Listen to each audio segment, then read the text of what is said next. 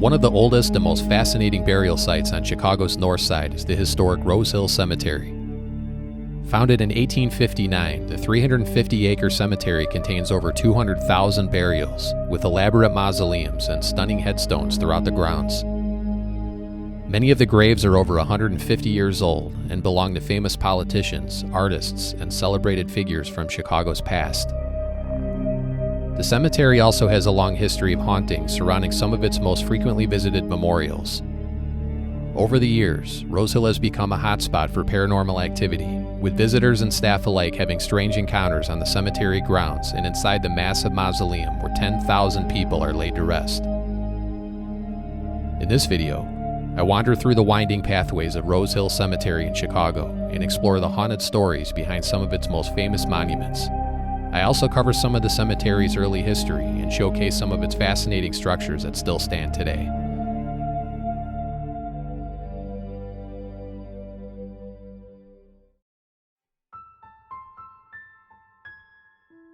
In the 1850s, the city of Chicago was facing an epidemic of cholera that took the lives of thousands of people.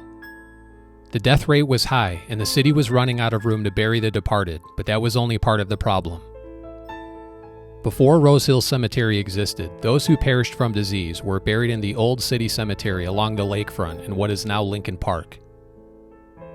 The cemetery's close proximity to Lake Michigan, combined with elevated water levels, caused residents and health officials to fear the bodies would pollute the groundwater with disease. A petition brought forth by concerned residents, along with the testimony of Dr. John Rausch, contributed to the need for a new cemetery and the opening of Rosehill in 1859. In the years that followed, thousands of people were exhumed from the old city cemetery and moved to Rosehill by train, using an elevator to lower the caskets into the cemetery. Sadly, thousands of people interred in the former city cemetery were never relocated to Rosehill and remain buried under the Lincoln Park Zoo and other areas of the park. One of the most impressive structures at Rosehill Cemetery is the massive gothic gatehouse at the entrance.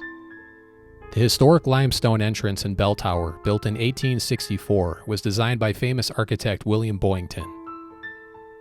Boyington also designed the Chicago Water Tower, one of the only buildings downtown to survive the Chicago fire of 1871. The historic gate has also been the scene of ghost sightings and a bizarre encounter in 2015. Cemetery visitors have reported seeing the ghost of a young girl running past the gate, but when anyone looks for the girl, she is nowhere to be found. Visitors have also reported seeing the girl looking out the gate's office windows below the bell tower. The ghost is believed to be Philomena Boyington, the granddaughter of William Boyington, the architect of the cemetery's gate. It was said that Philomena loved to play outside the gatehouse during its construction in 1864, but her life was tragically cut short when she suddenly passed away from pneumonia before the gate was finished. The ghost of a girl isn't the only strange event to occur at the cemetery's entrance. In the summer of 2015, at 11:30 at night, a couple had a bizarre encounter when driving on Rosehill Avenue towards the entrance. As the car approached the cemetery, the couple was shocked to see a clown standing in front of the gates waving to the driver who recorded the whole event. The clown climbed over the tall 7-foot gate and waved to the driver one last time before running off into the darkness of the cemetery. Although the bizarre encounter isn't paranormal, the thought of a creepy clown running around a cemetery at night is still quite disturbing.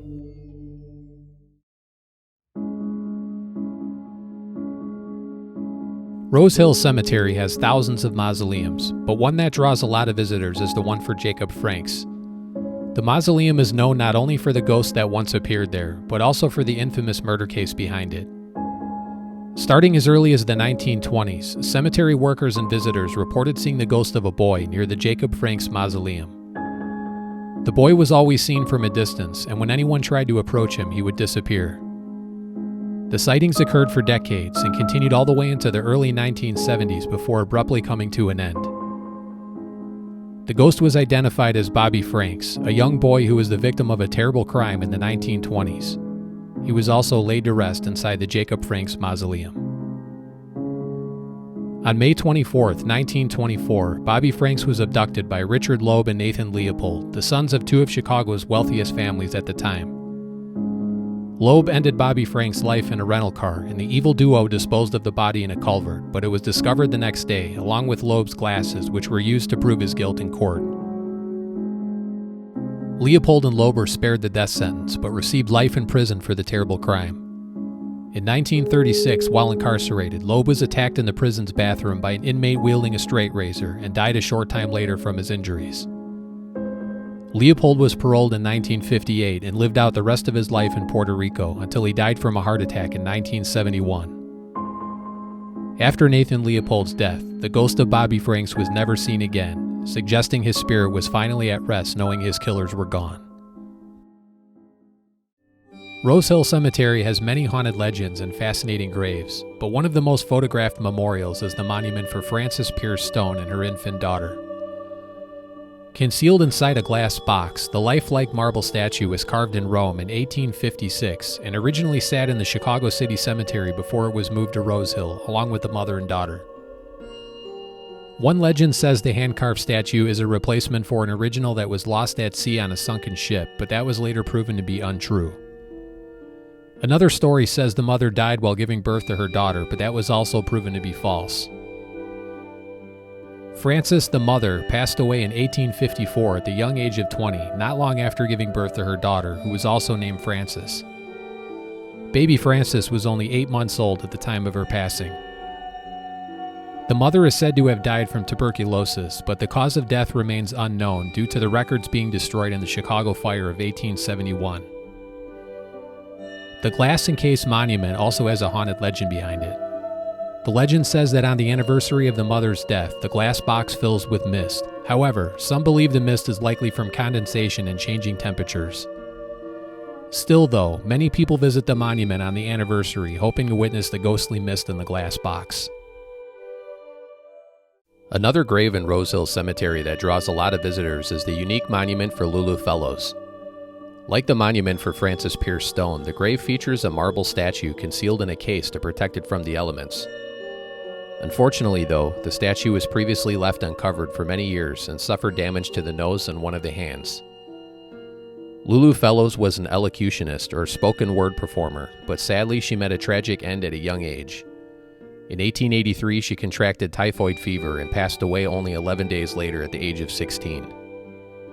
Many people who visit her gravesite leave toys, and some even deposit money through a hole in the top of the plexiglass box. Many people who visit Lulu Fellows' grave have reported smelling flowers, even in the dead of winter when no flowers are present at the gravesite. Another haunted legend, similar to Frances Pearce Stone, says the box fills with mist. And over the years, cemetery workers and visitors have also reported seeing the ghost of a girl near the gravesite, which is believed to be Lulu Fellows. Along the north side of the pond in Rosehill Cemetery sit several elaborate mausoleums, one of which belongs to Charles Dawes, the 30th Vice President of the United States under Calvin Coolidge. Right next door to Charles Dawes is Darius Miller and his Egyptian-themed crypt, which has a fascinating legend behind it. Darius Miller was a wealthy president of a Chicago railroad company whose untimely death is often said to be the result of King Tut's curse. Old legends claim that Miller was part of the expedition that opened King Tut's tomb, but this claim was proven to be false since Miller actually died in 1914 from appendicitis, 9 years before the tomb was opened in 1923. The legend was likely fueled by the mausoleum's Egyptian architecture, which was very common in the 1920s, at the time of Miller's death. Another legend says a blue light glows underneath the door of the Darius Miller crypt early in the morning. The glowing blue light has allegedly been seen by cemetery staff and only appears in the morning hours of the month of May. Across the street from the pond, not far from Darius Miller's Egyptian mausoleum, is the May Chapel, built in 1899. The historic chapel features stunning stonework and mosaic ceiling tiles above the carriage porch. In the back of the chapel is the underground receiving vault, where the ghost of a man was allegedly seen by the vault's door. The ghost is said to be a former caretaker who worked at the cemetery for many years before he was murdered in his home nearby. The historic vault is fully intact and played an important role in the early days of the cemetery. The receiving vault was once used as a holding facility for the dead when the ground was too frozen for burial digging. As many as 100 bodies at a time were temporarily stored in the vault during the winter months, and it was also used during the construction of Rosehill's Community Mausoleum. Built in 1914, the Community Mausoleum at Rosehill Cemetery is the largest of its kind in the state of Illinois, with 10,000 people entombed inside its walls. The massive two-story mausoleum has long, endless corridors, and it isn't uncommon for people to get lost while exploring it. Each hallway branches off into another wing, and the deeper into the building you explore, it's easy to lose your sense of direction. Even during my visit, I almost got lost twice while exploring the old section of the building on the second floor. The interior of the cemetery's mausoleum is truly a work of art. The massive building features white marble throughout, with beautiful stained glass windows inside the crypts, as well as a skylight on the second floor. The main attraction in the mausoleum is the stunning memorial for millionaire John G. Shedd, who passed away in 1926. Shedd became president of Marshall Fields, but he's mostly known for donating millions of dollars to the city of Chicago to build a Shedd aquarium. The mausoleum is also known for a haunting involving mail-order tycoon Richard Sears, whose family crypt is located on the second floor near the memorials for John G. Shedd and Montgomery Ward. In life, Montgomery Ward and Richard Sears were bitter business rivals and died only 1 year apart, with Ward dying first in 1913. A man wearing a top hat believed to be the ghost of Sears has been seen wandering the hallway near Montgomery Ward's crypt. Visitors have also reported hearing footsteps in the hallways near the Sears tomb when no one is there. Although I didn't see a ghost or hear anything unusual inside the mausoleum, I had a very unsettling feeling while exploring the building alone. In front of the Community Mausoleum at Rosehill Cemetery is a grave that has sparked a mix of curiosity and controversy due to the 666 death date and unusual epitaph. The lid of the sarcophagus, often referred to as the Devil's Grave, contains the following inscription: "From darkness he came, in darkness he lived, to darkness he returned, and from darkness he will be reborn to a better time." It should be noted that an obituary does exist for the man laid to rest here, but some people have said the man is actually still alive, and allegedly an artist and vampire enthusiast who had the grave built as an art piece. Whether the mysterious tomb is empty or not, the unique grave is certainly interesting and continues to fascinate visitors. Have you ever visited Rosehill Cemetery in Chicago? Do you believe the cemetery is haunted? Leave a comment below and let me know your thoughts.